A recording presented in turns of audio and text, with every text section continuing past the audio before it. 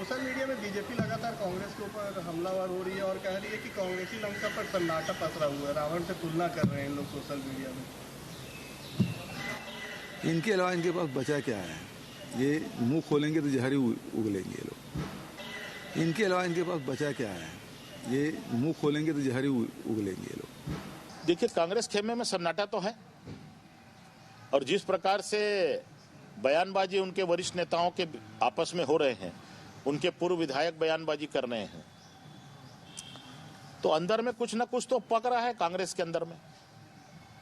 कोई ना कोई बात तो है, चाहे वो टीएस सिंहदेव साहब का बयान हो, बृहस्पति जी का बयान हो, या कांग्रेस के अन्य नेताओं का जो बयान सामने आ रहा है।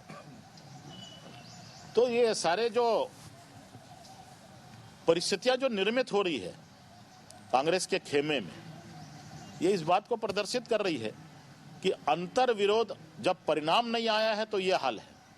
जब परिणाम आ जाएगा 3 दिसंबर को, तो उसके बाद क्या स्थिति बनेगी।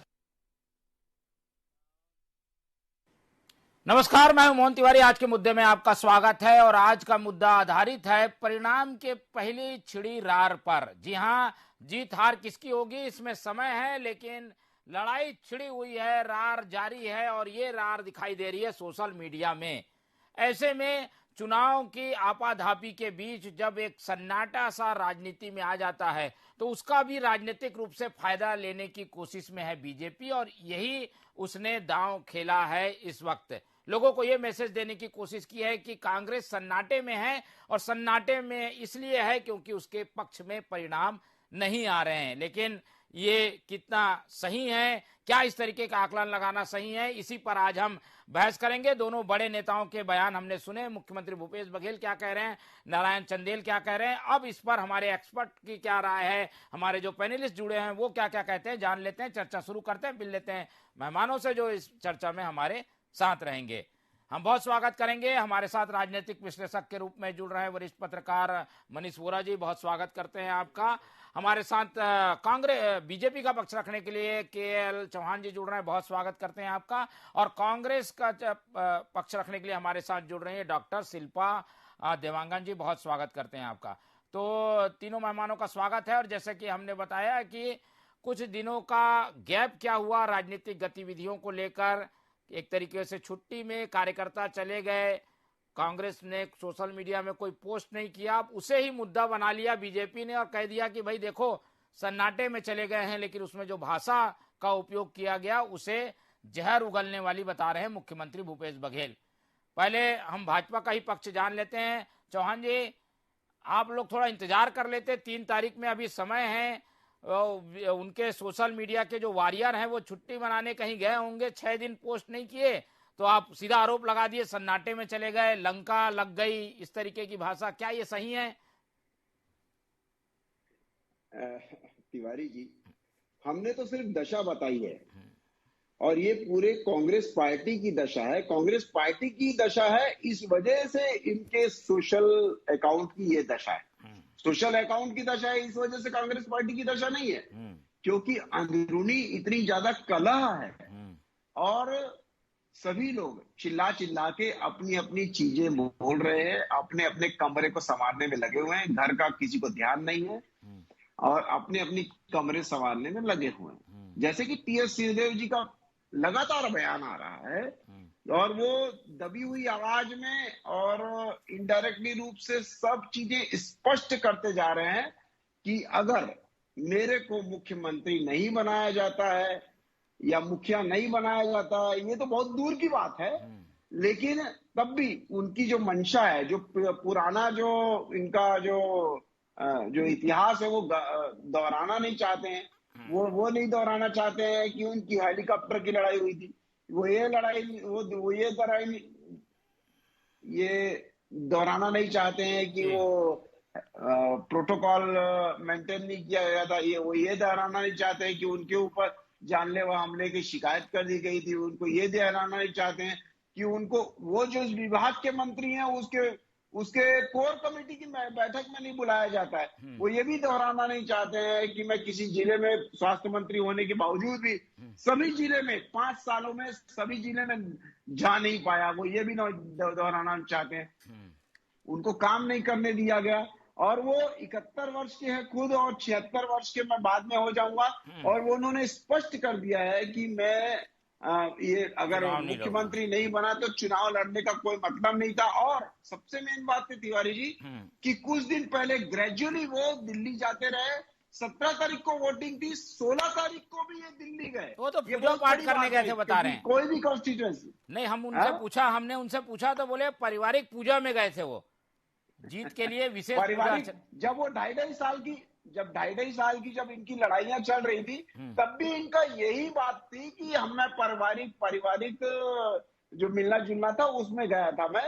लेकिन हम भी सब जानते हैं कि पारिवारिक जो चीजें रहती है और वो एक दिन मतदान के एक दिन पहले कोई भी प्रत्याशी वहां से नहीं जाना चाहता है। क्योंकि ये वो अपनी मंशा पहले ही जाहिर कर चुके थे और शीर्ष नेतृत्व को भी भूपेश बघेल के ऊपर भरोसा नहीं था और कांग्रेस की वो कमान उसके ऊपर सौंपना नहीं चाहते। तभी जब केंद्र से जब जितने भी पोस्टर आते थे डिजाइन करके और बना के उसमें 5 चेहरे रहते थे और जब राज्य से कोई बनता था तो उसमें 1 चेहरा रहता था। तो ये स्पष्ट है कि अंदरूनी कलह इतनी ज्यादा है। तभी शैलजा कुमारी बैठा के सबको समझाती रहती है। अरे समझाने की जरूरत क्या है जब आपकी जब अंदरूनी कुछ लड़ाई नहीं है, सब कुछ नहीं है। तो ये जो सोशल मीडिया है वो इनकी सही में लंका जल चुकी है। इस वजह से ये सोशल मीडिया आपका दुरुस्त नहीं है और ऐसे ठंडा पड़ा हुआ है। सिर्फ सोशल मीडिया की बात नहीं है, आपके सभी जो चीजें हैं वो पूरी ठंडी पड़ी हुई हैं क्योंकि एक दूसरे के साथ आप तालमेल नहीं रखे हुए हैं और सब अपना अपना किला अपना जो कमरा है वो सजाने में लगे हुए हैं। ठीक है, चलिए हम सच्चाई जान लेते हैं। कांग्रेस का पक्ष रखने के लिए डॉक्टर शिल्पा देवांगन जी हमारे साथ जुड़ी हुई हैं। शिल्पा जी, क्या रहा है? कुछ सन्नाटे को लेकर जो आकलन हो रहा है, क्या वो सही है या अभी कुछ दिन आराम दिया है आपने अपने कार्यकर्ताओं को, अपने लोगों को? जी नमस्कार मोहन जी, सभी दर्शकों को सबसे पहले तो एकादशी की बधाई देना चाहती हूँ। और भारतीय जनता पार्टी के अभी की स्थिति देखकर लग रहा है कि अभी रिजल्ट आने में 10 दिन बाकी है। बिल्कुल लोकतंत्र है, भारत देश में लोकतंत्र है। आप लोकतांत्रिक रूप से सपने देख लीजिए, आप सपने देख लीजिए, दिन में देख लीजिए, रात में देख लीजिए, आपको जो भी सपने बुनना है वो बुन लीजिए। परंतु इनके जो सपने हैं, इनके जो वादे हैं वो हमेशा की तरह खोखले होते हैं। इनके जो दावे हैं वो उसी तरीके से खोखले हैं जिस तरीके से ये अपने 2100 रुपए धान का समर्थन मूल्य देंगे बोले थे, वो खोखला निकला। ये बोले थे जर्सी गाय देंगे, खोखला निकला। ये बोले थे महंगाई कम करेंगे, केंद्र में तमाम बातें किए थे, सभी तरीके की बातें जो है खोखली निकली। भारतीय जनता पार्टी का चरित्र इसी से समझ में आ जाता है। तो ये जो दावे कर रहे हैं ना वो भी खोखले हैं। जनता जनार्दन है, जनता देख रही है कि किस तरीके से 15 साल भारतीय जनता पार्टी ने प्रदेश को गर्त में ढकेल दिया है, हमारे भाई बहनों के साथ में, प्रदेश की जनता के साथ में छलावा किया है। और तुलनात्मक अध्ययन में जनता जनार्दन देख रही है कि किस तरीके से 5 साल में भूपेश बघेल जी के सरकार ने किसानों की समृद्धि के लिए, महिलाओं के सशक्तिकरण के लिए, युवाओं की समृद्धि, मजदूरों की समृद्धि के लिए कार्य किए। धरातल स्तर पर इसका रिजल्ट अभी क्या हो गया? लेकिन 4-5 दिन से आराम चल रहा है क्या? 4-5 दिन से कुछ शांति लग रही है। जी सन्नाटे पे आती हूँ मैं। सन्नाटे की यदि बात करते हैं तो मुझे एक बहुत अहम बात याद आ गई। 2018 के बाद से 4 साल इनकी पार्टी में, इनके नेताओं में, इनके कार्यकर्ताओं में पूरी तरह से सन्नाटा दिखाई दे रहा था। सन्नाटा तो 4 साल इनका था। ये भूपेश बघेल जी की सरकार के आगे कुछ ना तो बोल पा रहे थे और पूरी तरह से मुद्दा विहीन दिख रहे थे। आज भी ये पूरी तरह से मुद्दा विहीन ही नजर आ रहे हैं। और जिस तरीके से सन्नाटा पसरा हुआ था इनके 4 साल, इनको जरूरत पड़ गई कि केंद्रीय नेतृत्व प्रदेश में आए, छत्तीसगढ़ में आए, उनको सोए हुए कुंभकर्णी नींद से जगाए तब कहीं जाके तो इन्होंने चुनाव लड़ा है। और चुनाव में भी जो प्रत्याशी थे भारतीय जनता पार्टी प्रत्याशियों के साथ ना तो बड़े नेता थे ना इनके कार्यकर्ता थे, इनका खुद का समर्थन एक दूसरे में नहीं बन पा रहा था। ये क्या अंतरकलह की बात करते हैं? कांग्रेस की अंतरकलह की बात करने से पहले अपने गिराबान में झांक लीजिए। आपके लोगों में इतनी गुटबाजी है, अभी तक सीएम का फेस ये लोग प्रोजेक्ट नहीं कर पाए हैं, बिना दूल्हे की तो बारात निकाल रहे हैं। चलिए, दूल्हा कहाँ है? चौहान जी दूल्हा बता दीजिए। आप लोग बारात निकाल के बैठे हैं, कोई पुंगी बजा रहा है, कोई नाच रहा है, कोई डांस कर रहा है, दूल्हा दिख नहीं रहा है। तिवारी जी, मैं तो ये भूल ही गया था कि मुद्दा क्या है। हमारी कांग्रेसी प्रवक्ता बहन जो है वो पूरा भारत भ्रमण कर रही थी, पूरा हिस्ट्री में भ्रमण कर रही थी। अभी ये जो मुद्दा था उसके ऊपर बात ही नहीं की। खैर, दूल्हे की बात आती है तो इनकी पार्टी के खड़गे जी आते हैं, इनकी पार्टी के राहुल गांधी जी आते हैं, प्रियंका गांधी जी आती है और इनके तमाम बड़े बड़े नेता आते हैं, मंच साझा करते हैं। सभी मंच में भूपेश बघेल जी रहते हैं, लेकिन एक बार भी उन्होंने हाथ उठा के ये नहीं बोला कि हमारा जो नेतृत्व है वो भूपेश बघेल जी करेंगे। क्योंकि इनका दूल्हा खत्म हो गया था, इनका दूल्हा कोई था ही नहीं। जब उप मुख्यमंत्री बनाया गया किसको, टीएस सिंहदेव जी को, तो उस समय स्पष्ट इन्होंने कर दिया था कि भैया हम शीर्ष नेतृत्व जो है वो और पूरी कांग्रेस पार्टी जो है वो सामूहिक प्रयास से 2023 और 24 का चुनाव लड़ेगी।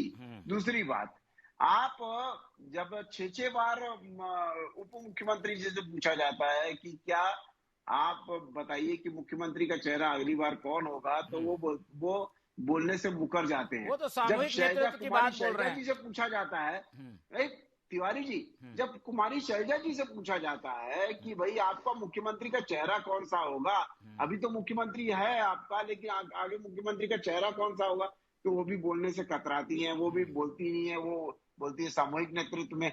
उल्टा सबसे मेन अगर भूपेश बघेल जी से भी पूछा जाता है तो वो भी ये नहीं बोल पाते हैं कि मुख्यमंत्री का चेहरा मैं रहूंगा, मेरे चेहरे पे चुनाव लड़ा जा रहा है, ये जरूर बोलते हैं।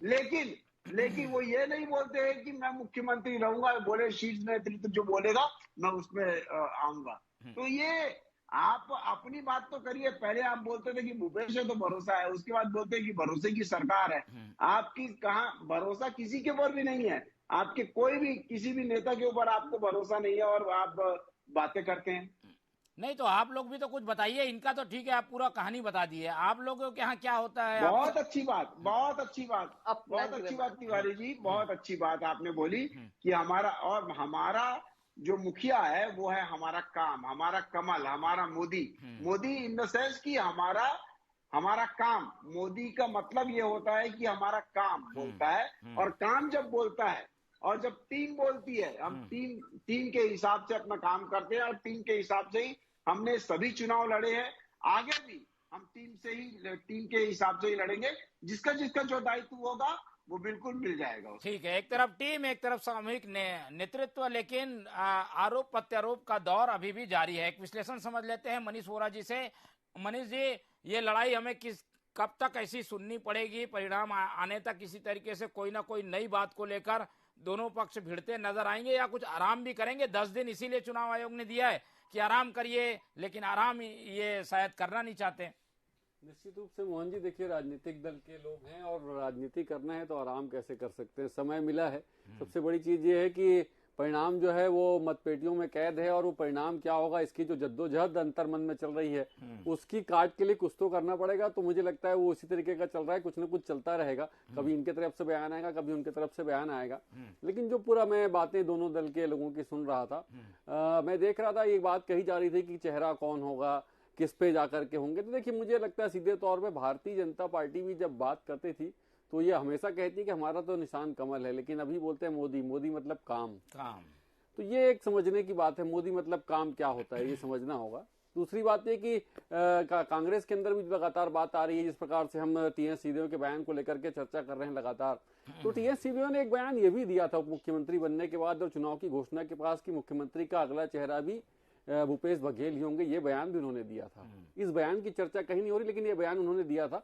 अभी हाल में उन्होंने इस बयान को भी दिया है कि मुख्यमंत्री मैं भी बनना चाहता हूं, ये सीधे तौर पर उन्होंने कहा है। लेकिन देखिए, इसमें सबसे महत्वपूर्ण चीज ये है कि जब कांग्रेस की सरकार बनी, कांग्रेस की सरकार बनने के बाद में जो अंतर्द्वंद चला, अंतर्द्वंद मुख्यमंत्री के पद को लेकर के जो चला, और वो लगातार 4 साल तक, 4.5 साल तक चलता रहा। मुझे लगता है वो अभी भी जारी है, और अभी भी ये अंतर्द्वंद चल रहा है कि कौन बनेगा मुख्यमंत्री।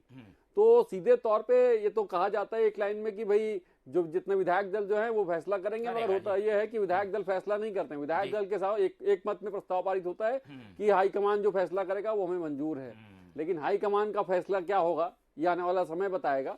और दोनों ही दलों के बीच में ये जो वाक युद्ध चल रहा है, मुझे लगता है ये वाक युद्ध 3 तारीख तक चलता रहेगा। 3 तारीख के बाद कुछ और नई चीजें हमको देखने को मिलेगी, कुछ और नई चीजें देखने को मिलेगी। लेकिन चौहान जी, आप लोग ये मोदी का जो तुरुप का इक्का है बार बार निकाल देते हैं, ये लोकसभा के लिए बचा के रखिए ना। आप लोगों के पास यहाँ क्या इक्के कम हैं क्या?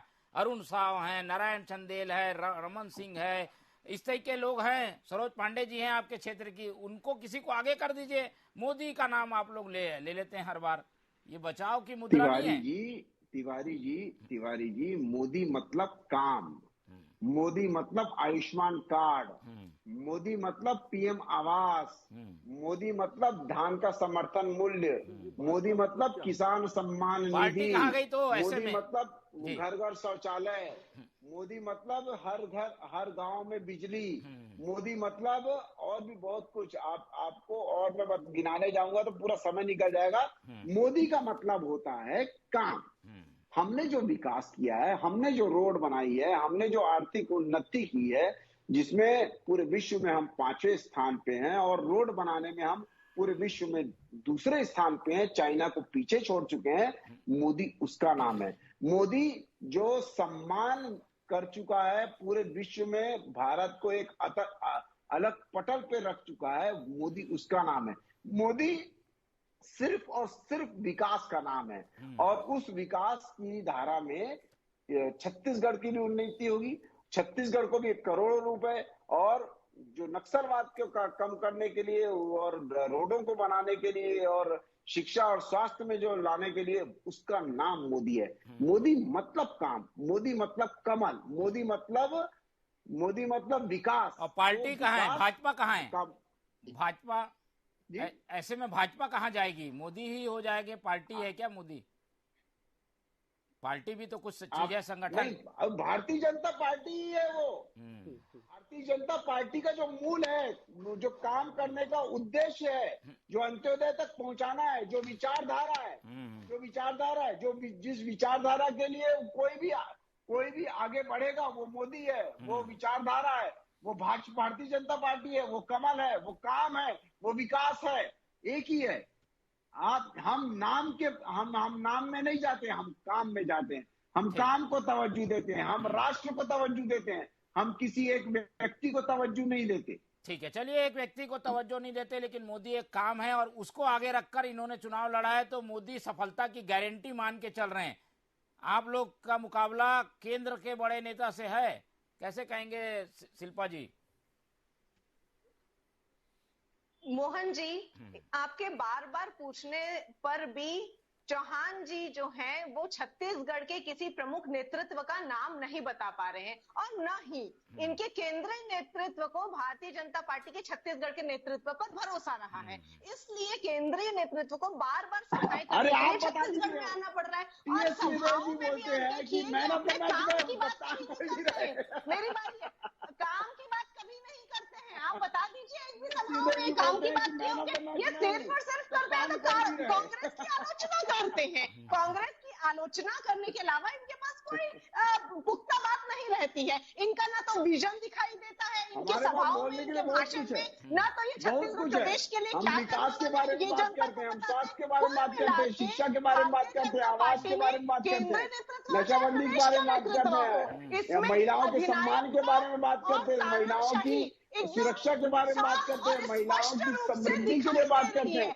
ये बात है हमारे पास। और जो मोदी है वो इसका परिचय है। मोदी जो है वो इसका सिंबल है, काम का सिंबल है मैडम, काम का। इर्द गिर्द घूमते रहती है, तो ये किस तरीके से चुनाव में परफॉर्मेंस किए होंगे बात जानते हैं, जनता जनार्दन है, जनता सब देख रही है कि किस तरीके से तानाशाही रवैये से ये जब अपने पहला कार्य प्रथम को चरण करते जो हैं। लड़ा तो संवेद- आप उसके बाद 15,000 और 2 संवाद बनाने की जो बात करते हैं, पहले कहा गया था आपका सुपड़ा साफ हो चुका है जनता आपके पास। देख लीजिए, रिजल्ट देख लीजिए, झूठे वादे करने की गरीबी और रेखा कुछ नहीं है से आप लोग ऊपर के आए पास। हैं। क्या वादा करेंगे?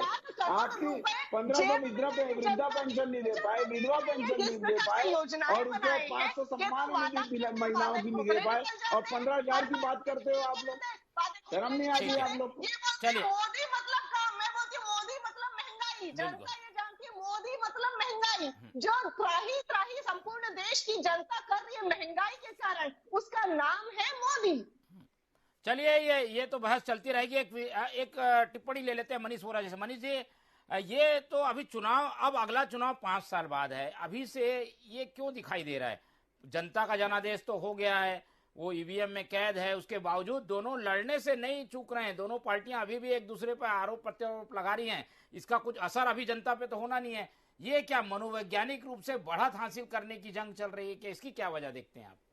देखिए मोहन जी, इस प्रकार से बयानबाजी करके मैंने पहले भी इस बात को कहा कि जो जनता का जो मत है वो तो ईवीएम में कैद हो चुका है, लेकिन अब जो अंदर अंतर्द्वंद चल रहा है, अंतर्द्वंद जीत और हाथ को लेकर के जो चल रहा है, उससे बाहर निकलने का भी कोई रास्ता चाहिए होता है। मुझे लगता है ये वही रास्ता है जो उस अंतर्द्वंद से अपने आप को बाहर निकालने के लिए किया जा रहा है। कार्यकर्ताओं का कहीं मनोबल के लिए तो नहीं है सर? अभी कार्यकर्ताओं का मनोबल बढ़ा के करेगी क्या राजनीतिक पार्टियां? क्योंकि जो होना था वो तो हो चुका है मोहन जी, और वो सब परिणाम जो है मतपेटी उसमें कैद है ईवीएम में। तो अभी मुझे लगता है कार्यकर्ताओं का मनोबल बढ़ा के कोई बहुत ज्यादा कुछ हासिल होने की स्थिति नहीं है। ठीक है, 2024 के लिए अभी से बढ़ा रहे होंगे तो अलग बात है, लेकिन अभी तो वर्तमान में कोई ऐसी स्थिति नहीं दिखती जिससे कार्यकर्ताओं का मनोबल बढ़ाने की कोई बात हो। और मैं एक चीज ये सुन रहा था कि चौहान जी कह रहे थे मोदी मोदी मोदी मोदी मोदी मोदी मोदी, मतलब मुझे लगता है एक माला लेके बैठ जाए तो 108 जो उसके वो रहते हैं ना मोती, वो भी कम पड़ जाए।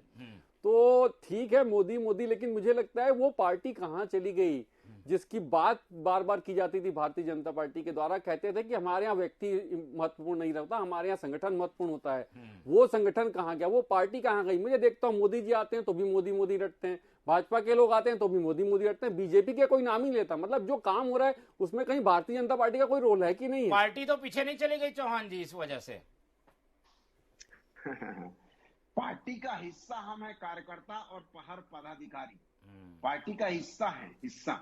लेकिन जो काम करता है, जो पहचान होती है, जो काम करने वाले की पहचान होती है, वो इंसान की काम नहीं होती है। इंसान की पहचान नहीं है, काम की पहचान है। अगर हम गांधी जी को याद करते हैं तो महात्मा गांधी को याद नहीं करते हैं, उनके कामों को याद करते हैं। और कोई फॉलोअर्स बनता है जिसके कारण भारतीय जनता पार्टी के पूरे विश्व में सबसे ज्यादा फॉलोअर्स हैं और विश्व की सबसे बड़ी राजनीतिक पार्टी है, तो वो किसी इंसान को फॉलो करने में नहीं बल्कि विचारधारा को फॉलो करने में है। और जो हमारे विचारधारा के लिए अभी आज का मुखिया है, हम तो उस मुखिया का नाम लेके ना।